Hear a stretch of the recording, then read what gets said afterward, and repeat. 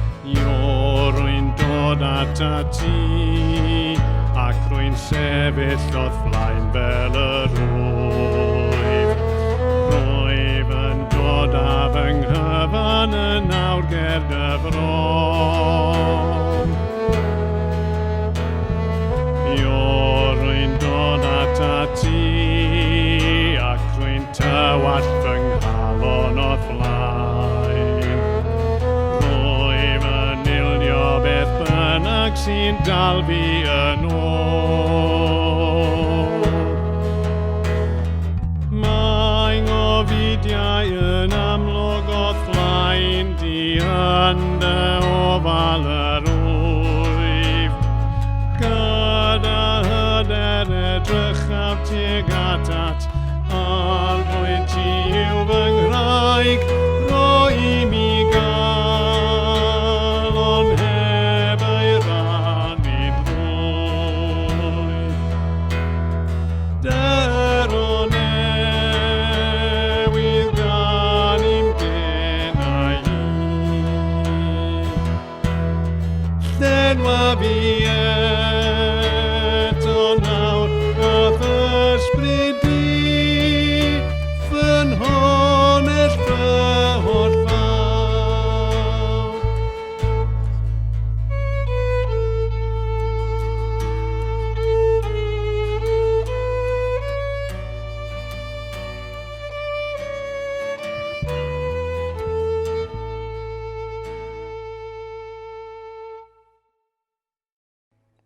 Arglwydd, ni'n diolch i ti bod ni'n cael dod yn hyderus.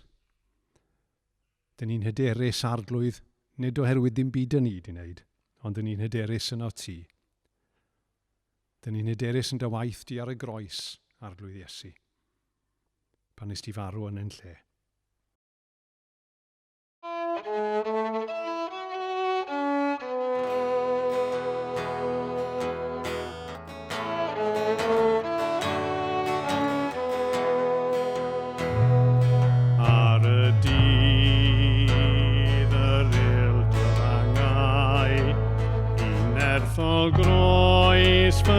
arglwydd Iesu Grist, y ddair yn seiglo dan o'r bwysau, y dywyll ne.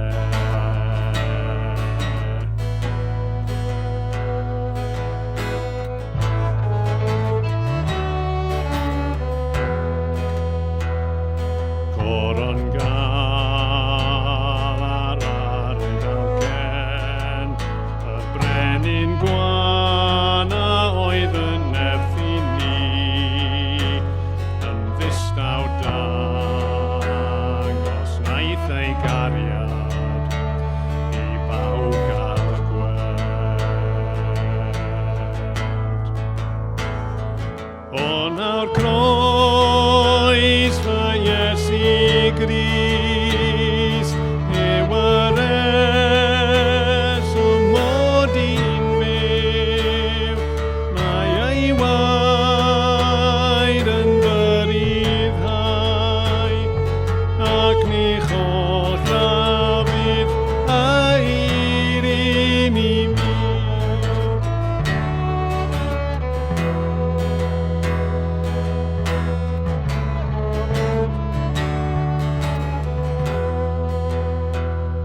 Nawr mae gwawr yr atgyfodiad yn llifo golau gobaith yn y nos, ein gwared ni a chwalu'n maglau, fe godwn ni.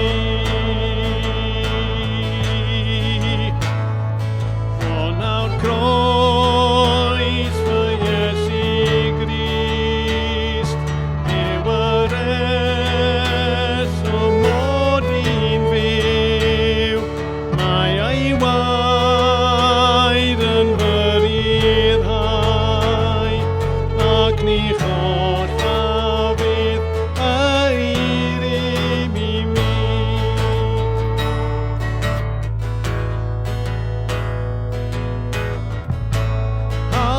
Hallelujah, hallelujah, Christ fy meddigoliaeth. Hallelujah, hallelujah, enillwyd hyn i mi. Hallelujah, hallelujah, Christ fy meddigoliaeth. Hallelujah, hallelujah, enillwyd hyn i mi.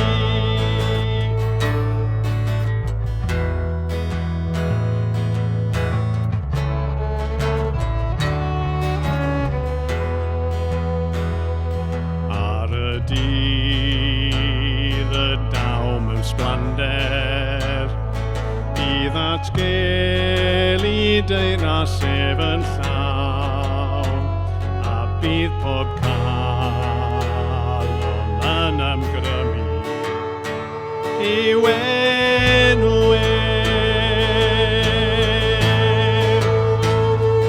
O nawr croes fy Iesu Grist, yw yr eswm mod i'n fyw, mae ei waed yn fy ryddhau, ac ni cholla fydd air i mi, ac ni cholla fydd air i mi, ac ni cholla fydd air i mi.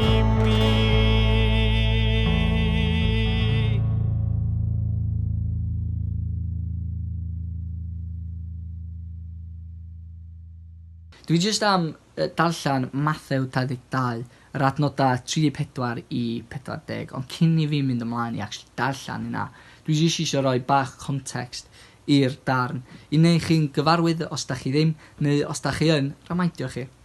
So, mae yna un person a mae yna 2 set o bobl. Yr un person yna ydy Iesu Grist, a mae 2 set o bobl yna ydy Phariseiaid a Sadduceaid. A mae y 2 set o bobl yn pobl sydd wedi creu rhyw fath o system, a mae rhyw foi yma, Iesu Grist, wedi dod allan yn unlla a di bod yn dechrau tarnisio y system maen nhw wedi creu, y hierarchy lle mae pobl yma yn benefitio dros y pobl yr ardal yn yr amser yna. A ar y funud, da ni jyst i cael Iesu yn siarad efo y Sadduceaid, un o'r set o pobl yna. A mae o di awitio nhw lle maen nhw yn styblo dros geiriau nhw hun. A mae'r Phariseiad, y set o pobl arall o'r gyfraith o'r religious people yma, yn dod at ei gilydd yn ffigur allan ffordd i trio dal y boi ma Iesu allan, i trio cael ceg fo, cos mae o'n bach o threat i'r system mae'r Phariseiaid a Sadduceaid di cael ei creu yn yr amser yna. So, na i jyst mynd ati i darllen o. Ar ôl clywed fod Iesu wedi rhoi taw ar y Sadduceaid, daeth y Phariseiaid at ei gilydd. Dyma un ohonyn nhw oedd yn arbenigwr yn y gyfraith yn gofyn cwestiwn i geisio ei faglu. Athro, pa un o'r gorchmynion yn y gyfraith ydy'r pwysica? Atebodd Iesu, rwy ti'n garu arglwydd dy Dduw ath holl galon, ac ath holl enaid, ath holl feddwl. Dyma'r gorchymyn cyntaf a pwysicaf. Ond mae yna ail sydd yr un fath, rwy ti'n garu dy gymydog fel ti'n dy garu dy hun. Mae'r cwbl sydd yn y gyfraith a'r proffwydi yn dibynnu ar y 2 orchymyn yma. Un peth nad ydyn ni'n gallu gwneud yn ystod y lockdown yw gwneud casgliad. Ond os ydych chi'n dymuno cyfrannu tuag at ein gwaith fel eglwys, i'n cynorthwyo i barhau, i rannu a dangos cariad Crist yng Nghaernarfon a thu hwnt, yna mae modd i chi wneud hynny drwy neges destun heddiw. Eich cwmni sy'n fwyaf pwysig i ni, ac mae'r newyddion da am Iesu am ddim i bawb. Felly peidiwch teimlo fod rhaid i chi rhoi unrhyw beth.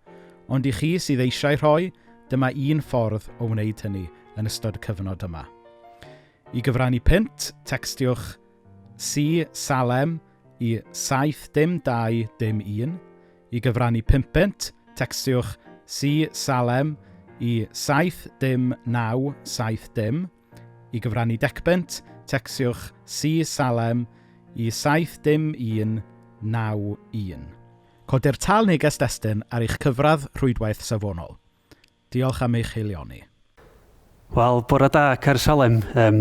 Croeso i chi i'n gwasanaeth bore. Lle heddiw, da ni'n dod yn trafod cariad. Diolch i Cameron am darlleniad bore yma. Trystan dwi, i rei sy'n mynabod fi. Dwi wedi bod yn aelod yma ers yw 6 mlynedd. A nes i byth feddwl fyswn ni'n sefyll yn rhannu negas efo chi. Ond oedd gen Duw gynllun gwahanol ar gyfer fi. Felly croeso cynnas i chi bore yma. Dwch i ni gael plygu pen a troi at Duw mewn gweddi. O Duw Dad, dwi'n diolch i chdi am y cyfle da ni'n gael bore yma yn dod ata ti. Helpa ni wan i gael cariad yn rhan flaenllaw o'r negas yma bore yma. Helpa fi gyfleu y negas yn y ffordd ti isio fi gyfleu, a dim yn y ffordd dwi isio cyfleu. Helpa fi roi chdi yn gynta. Dwi'n gwahodd yr ysbryd glân yma wan i weithio yna fi, a dwi'n gwahodd yr ysbryd glân i fynd draw i'r cartrefi sgynna ni yn yr ardal yma, at dy bobl di. Felly dwi'n cyflwyno bregath yma rwan, yn dy enw di, yn enw Iesu Grist. Amen. Felly cariad. Dwi eisiau chi feddwl yn gyntaf wan, pryd oedd yr adag hapusa yn eich bwyd chi? Oedd o'n adag lle pan oedd chi'n blentyn yn tyfu fyny? Oedd o'n adag pan chi yn eich ugeiniau lle ac yn treulio amser efo ffrindiau yn teithio i wledydd pell efo ffrindiau, neu ydy o'n adag pam ddoth plant ar yr aelwyd am y tro cyntaf. Dwi'n siŵr da ni gyd gallu meddwl am un adag hapus yn bywyd ni.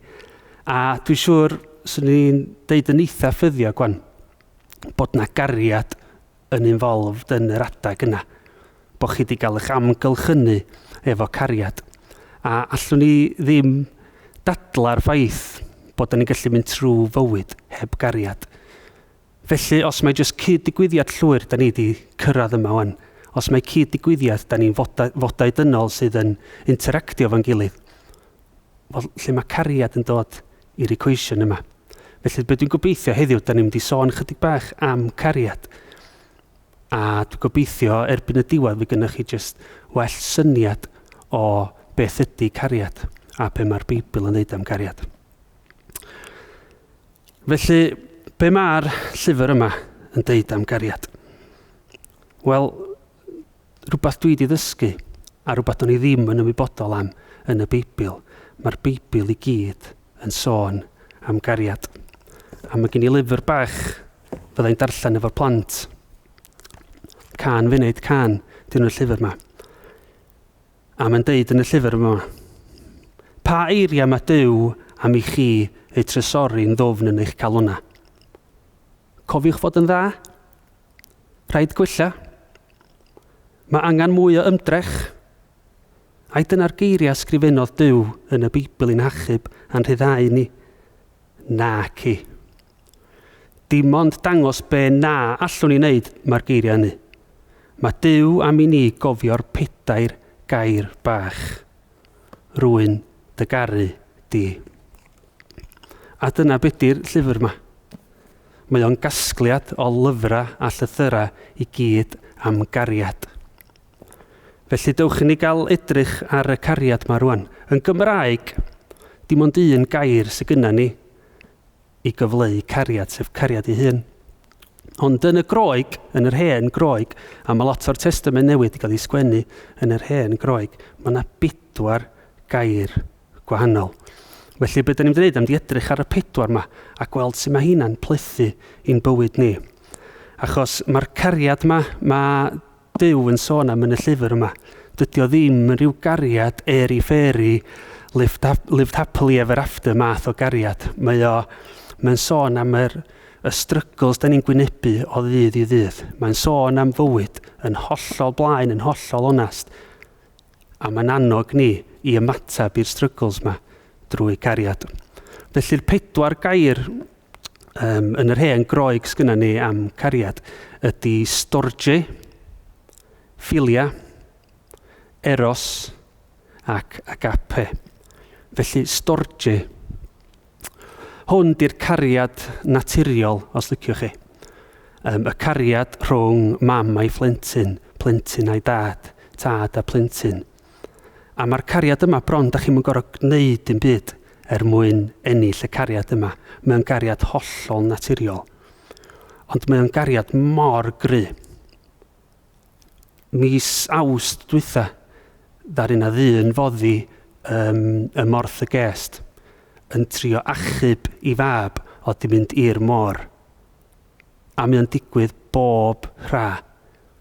Mae yna rieni yn enwedig tada mi eith nhw risgio i bywyd hyn a wedyn colli bywyd mwyn y plentyn. Mae o'n gariad mor gry a mae o'n gariad naturiol. Pa mae babi'n gael ei eni, diolch yn cymryd eiliadau i'r babi na ddallt be di'r cariad yma. Mae'r babi na angen cariad. Yn yr eiliadau cyntaf mae'r babi na angen cariad. A mae'n gwybod pa mae'n gael ei cariad. Nath Forrest Gump ddeud yn ei ffilm, I may not be a clever man, but I know what love is.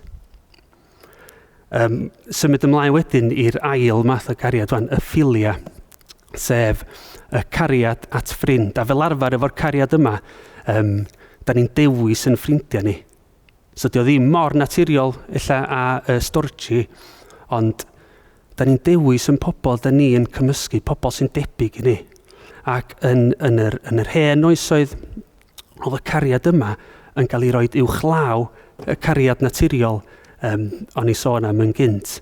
Achos mae'r cariad yma yn gallu fod yn hynod o gry hefyd. Rhywbeth lle allai relatio di, pan o'n i chwarae rygbi, a bod yr atmosffer yna yn y changing room cyn y gêm, neu'n sicr ar ôl gêm, a pan ydych chi'n cael gêm galad lle ydych chi rili wedi gorfod gweithio, a ti'n teimlo bod y bond yna. A bron sa'ch ti'n mynd allan ar gair rygbi, a sa'ch ti'n neud rhywbeth dros y criw sydd yn y bond yna, sydd yn y cylch yna.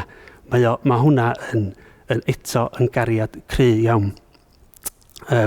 Eros wedyn, hwn di'r cariad rhamantaidd, a ella hwn, pan da ni'n meddwl am gariad, hwn ydy'r un trawiadol da ni yn meddwl amdan,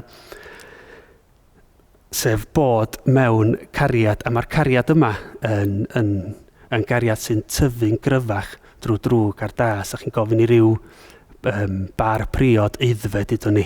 Maen nhw wedi mynd trwy, mae'n siŵr bethau anodd yn ei bwyda, a mae'r ffaith bod nhw'n gallu aros efo'i gilydd, achos dydio eto ddim yn gariad naturiol na di, ond bod nhw'n gallu aros efo'i gilydd trwy'r drwg ar da, mae'r cariad yna'n tyfu. Ac felly, da ni'n dod at agape. Rwan hwn ydy'r cariad perffaith. Mae'r 3 cariad arall, mae gyda fo'i flaws. Ond hwn di'r cariad perffaith. A dyma lle mae'n darlluniad ni'n dod o heddiw. Lle mae Phariseiaid yn trio dal Iesu allan. Rwan cofiwch chi, Phariseiaid oedd yr experts, y twrneiod. Nhw oedd yn dallt be oedd y rheola ar gyfer cyrraedd Duw. Ond mae Iesu'n trympio nhw'n di. Mae'n trympio nhw gyda'i atab yma. So os ni'n troi nôl at Matthew 22, be mae'n dweud? Rwy ti garu'r arglwydd dy Dduw ath holl galon, ath holl enaid, ac all holl feddwl. Y calon yn teimlada ni, ffordd da ni'n teimlo. Yr enaid, sef, da ni'n mynd fod i fywyd ysbrydol pan da ni'n sôn am enaid. Ac y meddwl. A dim ond nath Iesu gadw'r un ola yna, yn special i'r Phariseiaid, yr experts ar y feddwl. Be oedd yn ei meddylia nhw? A i ryw fath o lefel, ryw fath o criteria mwyn cyrraedd Duw. Nac i, cariad ydy'r criteria ar gyfer cyrraedd Duw. Pan oedd Duw greu'r byd nôl yn Genesis, da ni'n dysgu am hyn. O Duw wedi creu y byd. Wel, cyn i fo greu y byd hyd yn oed. O Duw yn Dduw ar ben ei hun. A meddyliwch chi am yr egni yma o gariad. A mae rhai pobl yn dadla fo'r Big Bang. Wel, dwi wedi clywed ymateb i'r Big Bang. Big Bang oedd y cariad yma yn gorlifo. Achos mae'n deud yn Genesis bod y cariad Duw wedi dod allan. So meddyliwch chi am yr egni o gariad. Dim byd arall, jyst yr egni o gariad a wedyn mae o'n ffrwydro. A mae o'n creu yn byd ni. Ac allan o gariad mae'n creu bob dim yn byd ni. A'r peth ola un mae'n creu wedyn ydy mae o'n creu ni, mae'n creu chdi. Felly mae'r egni yma rwan, mae'n dal yma. Where is the love? Mae Black Eyed Peas yn canu. Mae'r love, mae'r cariad, mae'r egni o gariad yma, mae o gwmpas ni. Ond mae o fyny i ni dapio fewn i'r egni yna. A sut da ni'n tapio fewn? Wel, nath Duw greu byd o, nath o greu bobl o. Ond be oedd o'n gweld wedyn a be da ni ddysgu yn y Beibl ydy bod pobl sy'n troi cefna ar Dduw a maen nhw'n mynd i ffordd hunan. Rwan, da ni wedi bod mewn cyfnod, da ni dal mewn cyfnod o lockdown lle da ni dod allan yna fo. Ond sgwr ni faint ohonoch chi nath dorri rheol bach efo'r lockdown.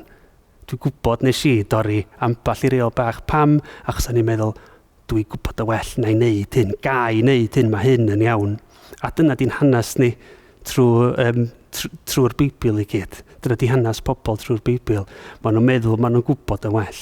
A fel da ni yn anffodus. Ond be mae Iesu'n dweud i garu Duw gyda'r holl galon, holl enaid ac holl feddwl. Ac i'n helpu ni i wneud hyn, mae gyda ni'r ysbryd glân. A mae'r ysbryd glân jyst yn helpu ni i wneud yn siŵr fod y 3 peth yma yn llawn cariad. A pan da ni'n deffro yn bora, mae hwnna di'r peth cyntaf da ni'n meddwl am, ac hwnna di'n reaction cyntaf ni, sef reaction at cariad. 1 Ioan 4, adnod 18. Does dim ofn yn agos at y cariad yma, achos mae cariad perffaith yn cael gwared ag ofn yn llwyr. A dwi'n licio'r adnod yma achos mae o jyst yn sôn am be mae cariad Duw yn ei wneud. Wel, yn gyntaf mae fe'n gariad perffaith. So beth bynnag dyn ni'n chwilio amdano fo yn cariad, mae Duw yn dangos i ni cariad perffaith. A mae yna gymaint o ofn yn y byd, a mae gymaint o bethau yn ei wneud ni'n ofnus. Ond mae cariad Duw yn cael gwared ag yr ofn yma'n llwyr. So beth bynnag dyn ni'n ofni, yr ateb yw fod ni'n deall cariad Duw, a mae hwnna'n gadael ni'n rhydd. Mae cariad ffyddlon yr arglwydd yn ddiddiwedd a'i garedigrwydd e'n para am byth. Maen nhw'n dod yn newydd bob bore. Arglwydd, rwy ti mor anhygoel o ffyddlon, dim ond yr arglwydd sydd gen i, meddwn ni. Felly ynddo fe, dwi'n gobeithio. Dydy cariad ddim yn gwneud pethau anweddus nac yn mynnu ei ffwrdd ei hun drwy'r adeg. Dydy e ddim yn digio a ffwdi, ac mae'n fodlon anghofio pan mae rhywun wedi gwneud cam. A gwisgwch cariad dros y cwbl i gyd. Oes yna rhywbeth sy'n gallu'n gwahanu ni oddi wrth gariad y Meseia? Nac oes, dim byd. Dydy poen ddim yn gallu, na dioddefaint, cael ein herlyd, newyn na noethni, peryglon na hyd yn oed cael ein lladd. Dwi'n hoffi'r adnod yma yn Rufeiniaid, oherwydd bod yna anogaeth o hyd, bod dim byd yn gallu dod rhwng ein cariad Duw a ni. A be bynnag dyn ni'n mynd trwy, bod Duw o hyd yn mynd i fod yna a bod ei gariad Duw yn para am byth. Mae yna ddarlluniad enwog oes yn Corinthiaid 13, a dych o beth dwi wedi darllen hwn mewn prodas, a'n darllen o'n prodas yng Nghymdari, ac oedd gynna fi ddim dealltwriaeth o'r be oedd gwir ystyr y cariad yma'n sôn am yn 13. Felly, na i jyst darllen Corinthiaid 13 gyntaf i chi. Dwi'n siarad, a dwi am ddangos y ffordd orau un i chi. Os dwi yn siarad ieithoedd diethyr, neu hyd yn oed iaith angylion, heb gariad, dwi'n ddim byd. Ond jar metal swnllyd neu sŵn symbol yn cael ei daro, falle fod gen i'r ddawn i broffwydo a'r gallu i blymio i'r dirgelof dyfnaf, neu'r wybodaeth i esbonio popeth, falle fod gen i ddigon o ffydd i symud mynyddoedd. Ond heb gariad, dwi'n da i ddim. Falle mod i'n fodlon rhannu'r cwbl gen i gyda'r tlodion, neu hyd yn oed yn fodlon marw dros y ffydd. Ond heb gariad, dwi'n ennill dim. Chi'n clywed y geiriau fe?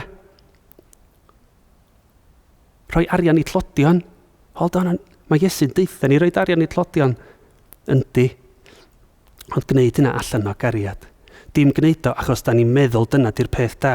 Os yw'r peryg ydy wedyn, pan da chi'n neud o, os da chi'n meddwl mae dyma di'r peth da, wel os oes rhywun arall ddim yn cyrraedd y criteria yna, wel da ni'n barnu nhw'n syth bin yndan. Gnewch o allan o gariad, mae'n deud. Mae cariad yn amyneddgar, mae cariad yn garedig, di cariad ddim yn cefnigenu, ddim yn brolio hyn, nac yn llawn o'i hwn o hyn. Hold on, swn i'n rhoi fy hun yn fyna. Mae Trystan yn amyneddgar, mae Trystan yn garedig. Di Trystan ddim yn cefnigenu, ddim yn brolio hyn, nac yn llawn o'i hyn. Wel, dwi wedi methu ar bob un o hynna, achos di'r cariad yma yn sôn am cariad rhwng ffrind. Diolch yn sôn am cariad gyda perthynas yn y teulu. Diolch yn sôn am cariad gyda cymar. Hwn di'r cariad perffaith, yr agape. Yn yr hen Groeg gafodd hwn i sgwennu, agape sy'n cael ei roi. Felly peidiwch chi a cymysgu rhwng y cariad a chi fod i roi at eich cymar di hwn. Da ni methu, da ni ddim yn amyneddgar na. Da ni ddim bob amser yn garedig. Da ni ddim yn cefnigenu. Ond os newn ni tapio fewn i'r egni o gariad yma sydd o'n amgylch ni rwan, mae o ar gael i ni. Felly, mae na rybydd oes.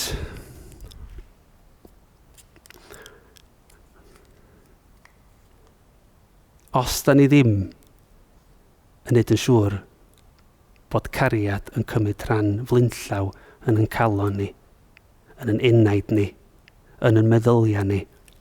Mae yna le i bethau eraill drigo na. A da ni'n gwybod mae cysineb, hunanoldeb, balchder, cenfigen. Mae hyn i gyd yn gallu trigo yn bob un ohono ni.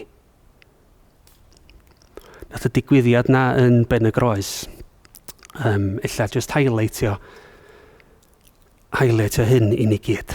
Da ni'n meddwl am ryw broblemau mawr yn bell i ffwr. Ond mae casineb yn gallu dod i'n calona ni gyd.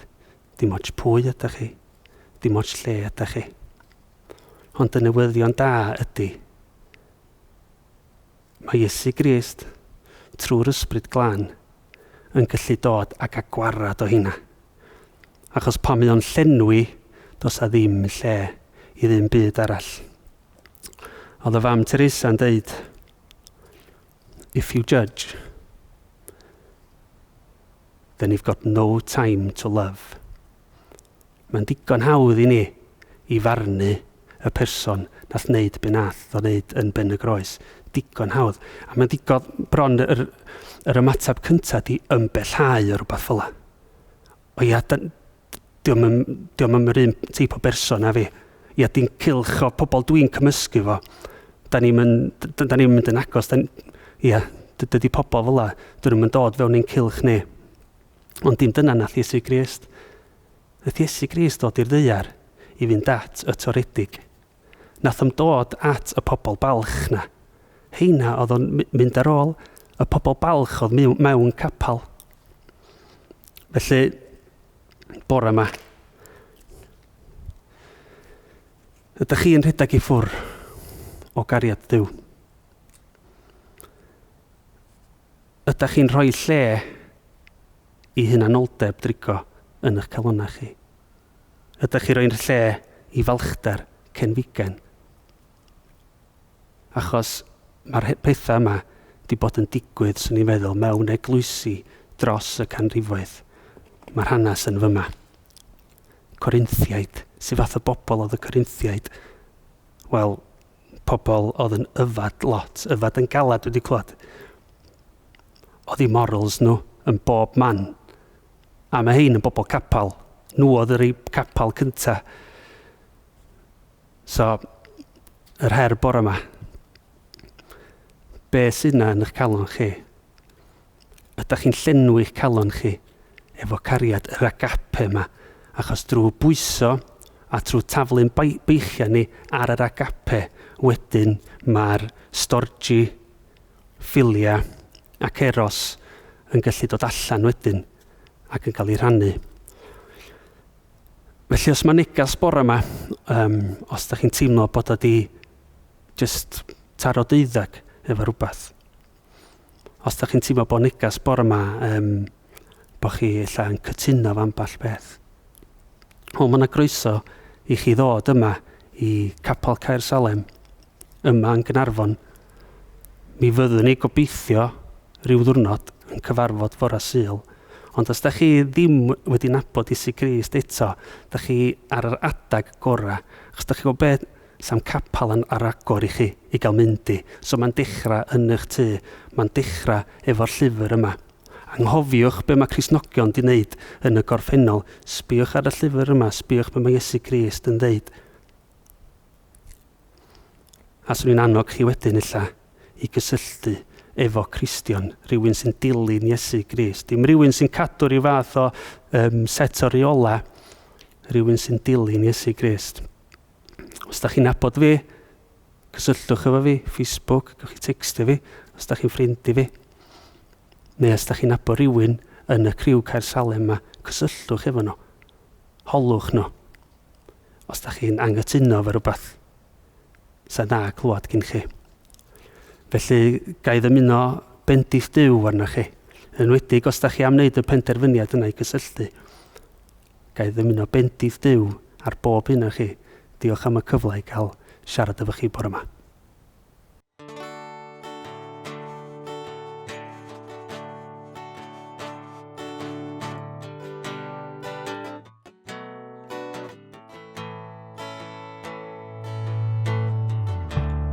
Oedd y gair yn y dechreuad, un a diwyniwr sydd fri. Y goniant gydd mewn creadigaeth, yn eglur nawr i ni yng Nghrist. O mor hyfryd yw'r enw hwn, o mor hyfryd yw'r enw hwn, enw Iesu Grist fawr. O mor hyfryd yw'r enw hwn, does dim o'i debyg ef. O mor hyfryd yw'r enw hwn, enw Iesu.